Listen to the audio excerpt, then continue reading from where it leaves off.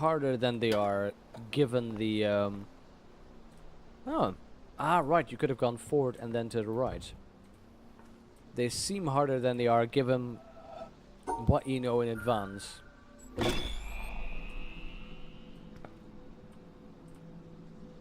Really now.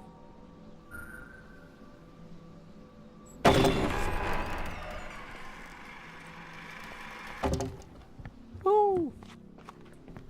They seem harder than they are because you're sort of laden with the previous knowledge of how things were supposed to go. Okay, off to the left, buddy.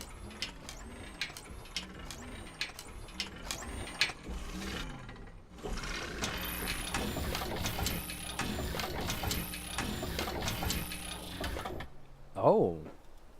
Oh, wait, I can see what I mean? Yes. I click that and I run on over and I'm done. Perfect. That's the solution to the end. But there's all these lovely puzzles over here. Oh, I need them. I want them. I think that's the last set of puzzles, right? I don't think I've left any other open. Let's have a check. I mean, there's that one, but I don't think I have any access to that. So there's the green one that I still want to do. I think this is the only set left.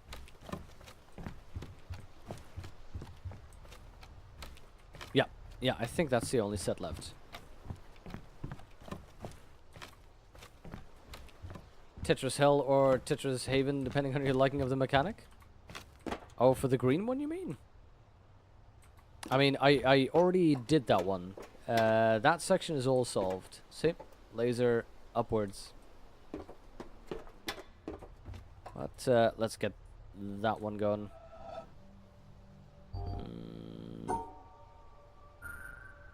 Well, this shouldn't be... Oh, I see what you mean. That's tricky. Ah, that's a tricky combo. Now I'm seeing what you mean. Because if I need to both meet the shapes exclusively and get the stars in, that's going to make it tricky. That's going to make it tricky. Okay, let me have a think here. Let me have a think. See, the problem is I need to touch on this area. So it's not as easy as just going for this and be done with it, because then those two are blocked. So that means that I'm going to have to do that. Have the 3 there, the 2 there, and have the 2 in the same area. Haha!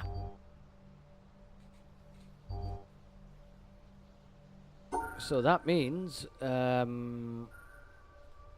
something like this.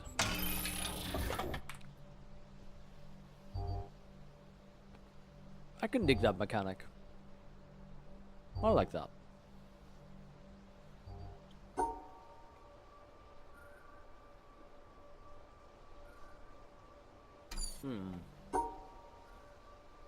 So in this case, that means something difficult.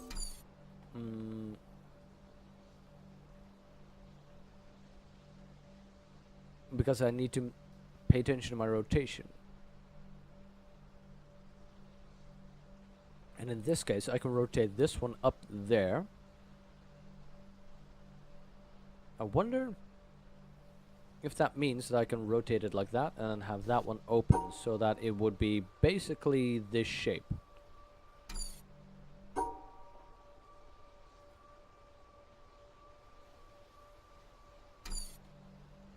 Downside is I cannot end appropriately.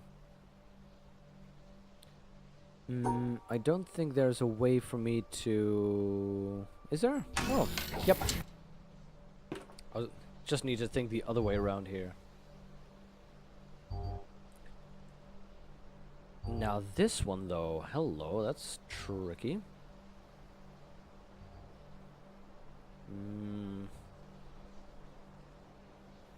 So that's 4, huh? Okay. With 3 possible directions. But forward is the only one that I'd be interested in by the look of it. Yeah. I mean, I could step on something there, but I don't see anything relevant. One of the trickiest puzzles in the game, this one? Okay. See, I'm thinking 1, 2, 3, 4 to get it like that.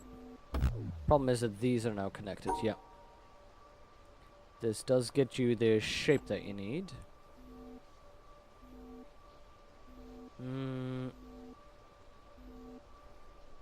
So can I move that one up? Can I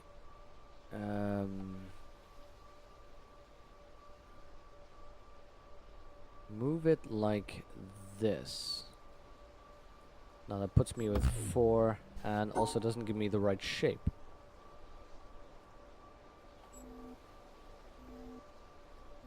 So that's a tricky one.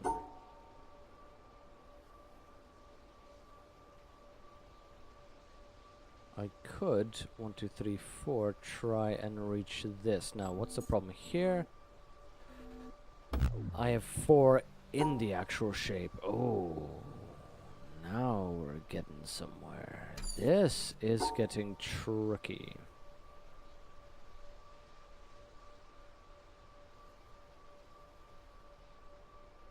Now that gets 2 in the shape. The shape is acceptable. That's just 4 out of the shape. So, is there any way for me to isolate enough?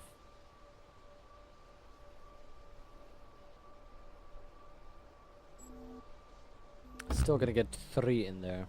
And, yeah. I'm suspecting that this might be a good way to go about this. Or can I do the reverse? Can I select it like this? That gets me 3. Is there a rotation that I can make? Gets me a better selection method. What if I that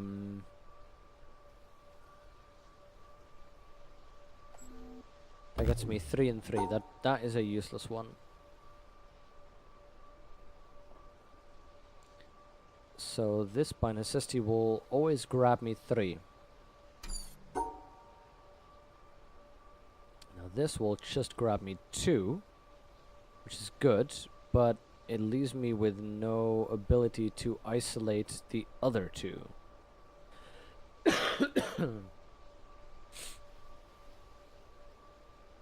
That's a very, very tricky one. The other, oh, that's the other option. Look at that. If I, yes. If I put it right here, 2 on the side, which isolates the middle one, I grab these 2 and the other 2 are on the outside. So what would I need for that? I would need something like this. Bam! Easy. That's a fun shape. I like that one. That was a good one. That's a very good one. I like that. Ah. That makes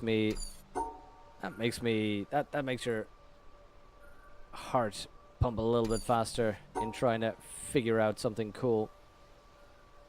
Oh, that's an interesting one. I haven't encountered that purple one before. So this is going to be wrong. Yeah. Okay.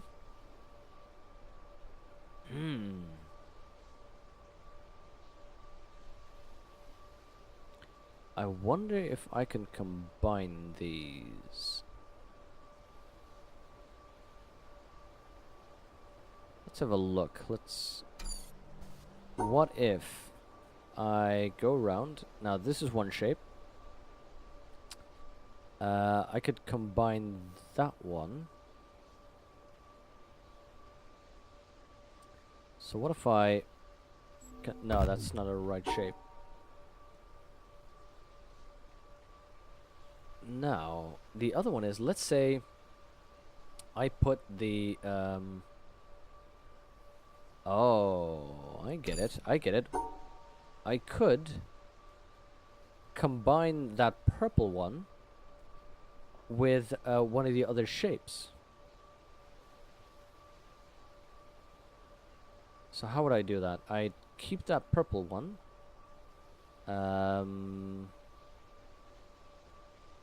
I'd need to keep that in the same area as like that one, for instance.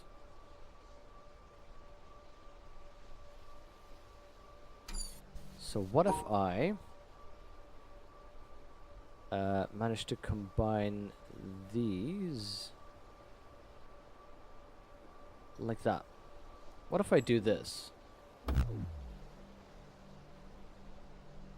Okay, so this may still need the actual shape, even though it will then combine with the star. Good to know.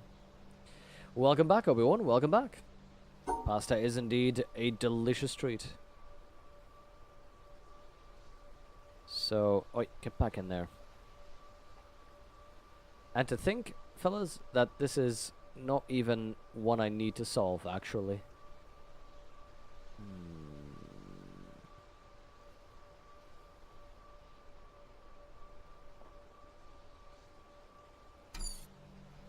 Oh, this is tricky. See, that one down there, I don't even need to solve it, actually. I literally can just go here. Get that one. That one opens in. Oh, and I can walk in. And activate the laser. And get out before they even know it. Hey there, Ghost. Good to see you. How are you doing today? This is, by the way, I think already the laser that I need. So I can actually already go to the top of the mountain. Also, I can now solve the puzzles in the village.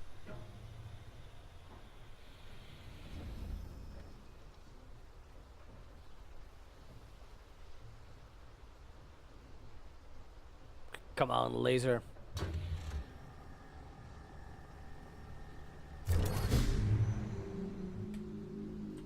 That is 1, 2, 3, 4, 5, 6, and there's a 7th one in the back. That already opens what we need there.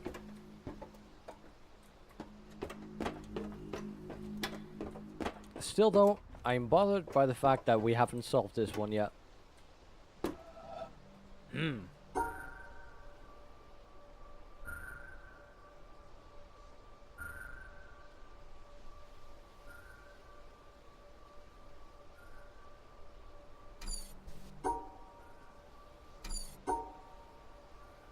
So let's figure out how we can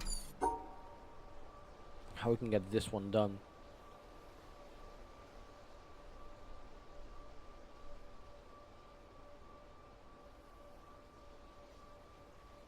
I'm thinking actually that it might be worthwhile to...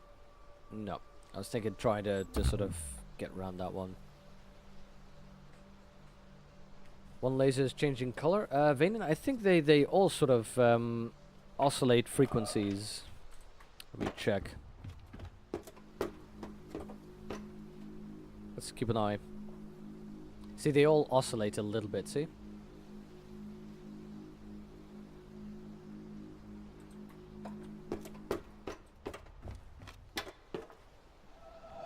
A moment when you thought I had it? Yeah. Yep. Don't worry though. I'll get my time, Spiffers. I'll get my time.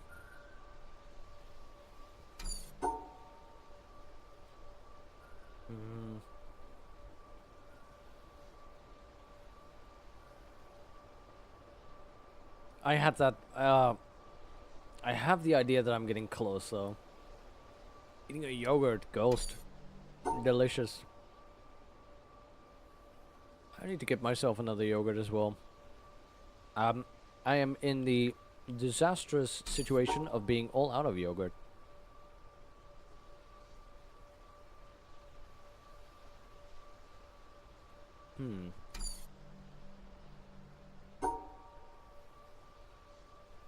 Hold up. No, this is just out of the range there. Yeah, Ghost, I know.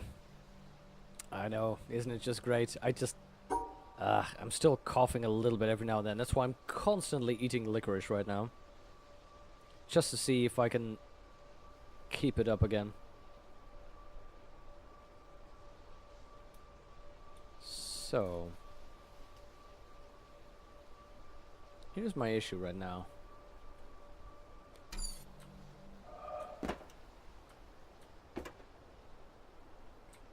You know what? I'm gonna go to that mountaintop. I can try and solve this. And I know sort of where I need to go for it.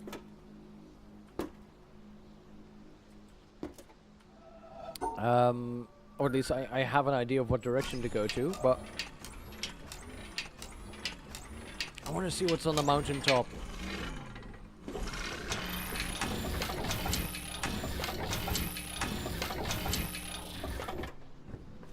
And there's more that we can do in the village now. I mean, we have enough to get that one lock done there. So the one thing I'm wondering, there's leftover mysteries.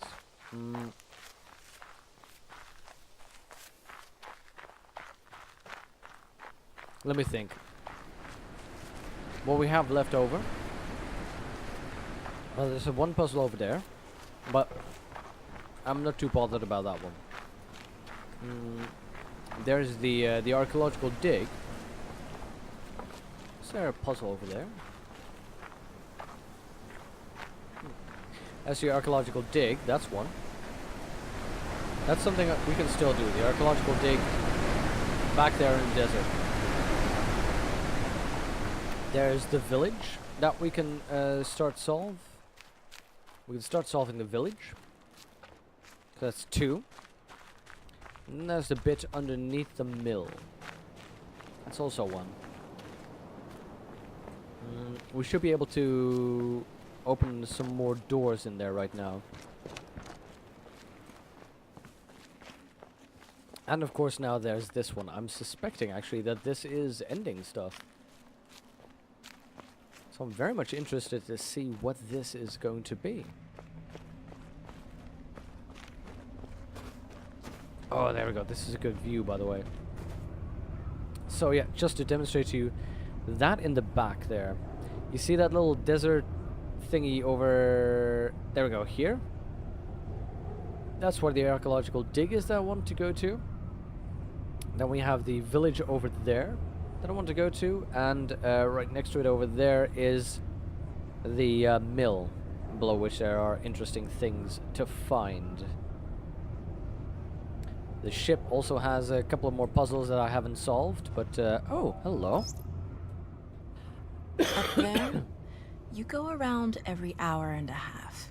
Time after time after time. The space station. You wake up usually in the mornings, and just the way that the track of your orbits go, you wake up over the Mideast, over North Africa. As you eat breakfast, you look out the window as you're going past, and there's the Mediterranean area, and Greece, and Rome, and North Africa, and the Sinai, the whole area.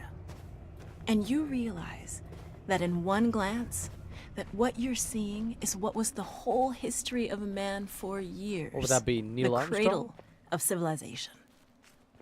And you go around down across North Africa and out over the Indian Ocean and look up at that great subcontinent of India, pointed down toward you as you go past it.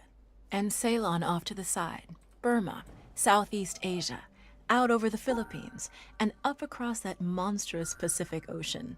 Vast body of water. You've never realized how big that is before. And you finally come up across the coast of California and look for those friendly things. Los Angeles and Phoenix and on across El Paso. And there's Houston. There's home. And you look, and sure enough, there's the Astrodome. And you identify with that, you know? It's an attachment. And down across New Orleans, and then looking down to the south, and there's the whole peninsula of Florida laid out. and all the hundreds of hours you spent flying across that route, down in the atmosphere, all that is friendly again. And you go out across the Atlantic Ocean and back across Africa. And you do it again and again and again. And that identity that you identify with Houston, and then you identify with Los Angeles, and Phoenix, and New Orleans, and everything. And the next thing you recognize in yourself is you're identifying with North Africa. You look forward to that. You anticipate it. And there it is. That whole process begins to shift of what it is you identify with. When you go around it in an hour and a half, you begin to recognize that your identity is with that whole thing. And that makes a change. You look down there, and you can't imagine how many borders and boundaries you crossed again and again and again. And you don't even see them. At that wake-up scene, the Mid-East, you know there are hundreds of people killing each other over some imaginary line that you can't see. From where you see it, the thing is a whole. Hi, Asker. And it's so beautiful. And you wish you could take one from each side in hand and say, look at it from this perspective. Look at that. What's important? And so a little later on, your friend, again those same neighbors, another astronaut, the person next to you goes out to the moon. And now he looks back and sees the Earth not as something big where he can see the beautiful details, but he sees the Earth as a small thing out there. And now that contrast between that bright blue and white Christmas tree ornament and that black sky, that infinite universe, really comes through. The size of it, the significance of it, it becomes both things. It becomes so small and so fragile, and such a precious little spot in that universe that you can block it out with your thumb. And you realize that on that small spot, that little blue and white thing is everything that means anything to you. All of history and music and poetry and art and war and death and birth and love, tears, joy, games, all of it is on that little spot out there that you can cover with your thumb. And you realize that that perspective, that you've changed, that there's something new there. That relationship is no longer what it was. And then you look back on the time when you were outside on that EVA and those few moments that you had the time because the camera malfunctioned, that you had the time to think about what was happening. And you recall staring out there at the spectacle that went before your eyes. Because now, you're no longer inside something with a window looking out at a picture. But now you're out there. And what you've got around your head is a goldfish bowl, and there are no limits here. There are no frames. There are no boundaries. You're really out there, over it, floating, going 25,000 miles per hour, ripping through space, a vacuum, and there's not a sound. There's a silence, the depth of which you've never experienced before. And that silence contrasts so markedly with the scenery and the speed with which you know you're going. That contrast, the mix of those two things, really comes through. And you think about what you're experiencing and why. Do you deserve this? This fantastic experience? Have you earned this in some way? Are you separated out to be touched by God to have some special experience here that other men cannot have? You know the answer to that is no. There's nothing that you've done that deserves that earned that. It's not a special thing for you. You know very well at that moment, and it comes through to you so powerfully that you're the sensing element for man. You look down and see the surface of that globe that you've lived on all this time, and you know all those people down there. They are like you. They are you. And somehow you represent them when you are up there. A sensing element, that point out on the end, and that's a humbling feeling. It's a feeling that says you have a responsibility. It's not for yourself. The eye that doesn't see does not do justice to the body. That's why it's there. That's why you're out there. And somehow you recognize that you're a piece of this total life.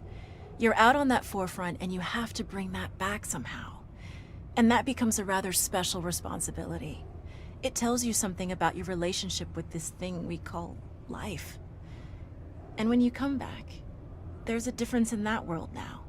There's a difference in that relationship between you and that planet, and you and all those other forms of life on that planet, because you've had that kind of experience. It's a difference, and it's so precious. And all through this, I've used the word you because it's not me. It's not Dave Scott. It's not Dick Gordon, Pete Conrad, John Glenn. It's you. It's us. It's we.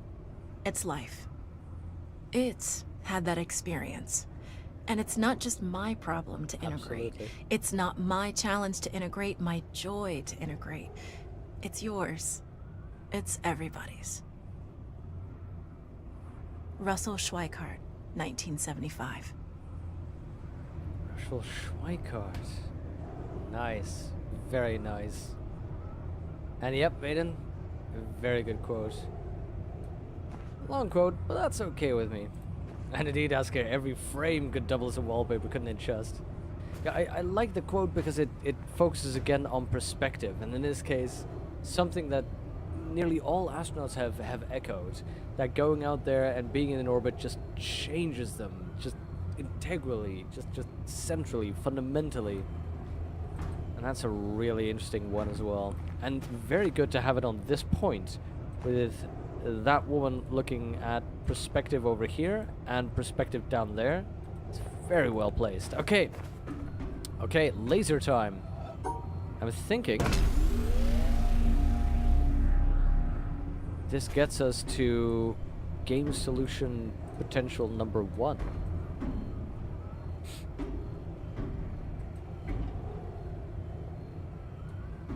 Wait, where's the end point? Where am I supposed to take this?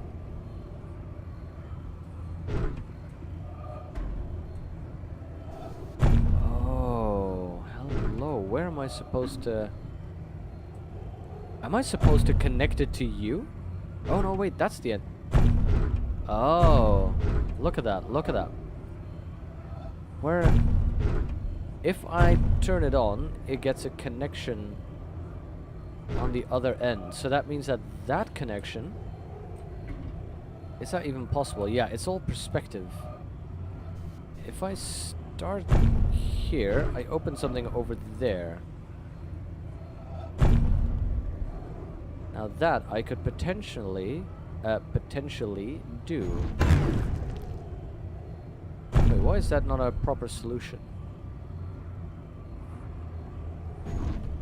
It separates, doesn't it?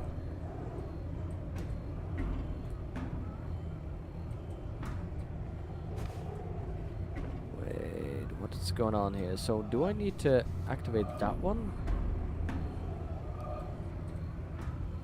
Oh. Also, why is that not activated over here? Oh. Oh, let's have a look at what Vaden is saying here. The background.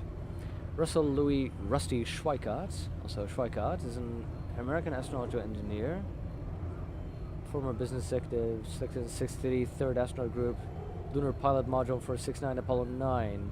First man test flight of the lunar module. Nice. Unlocks more puzzles. That's the best way. This compartment is more and more puzzles.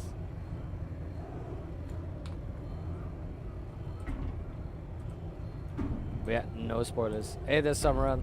Yeah, it's Thursday. I know. Normally, I'm playing Darkest Dungeon. I've just really been into this game so far. So I figured I just want to continue playing this, see what we can get.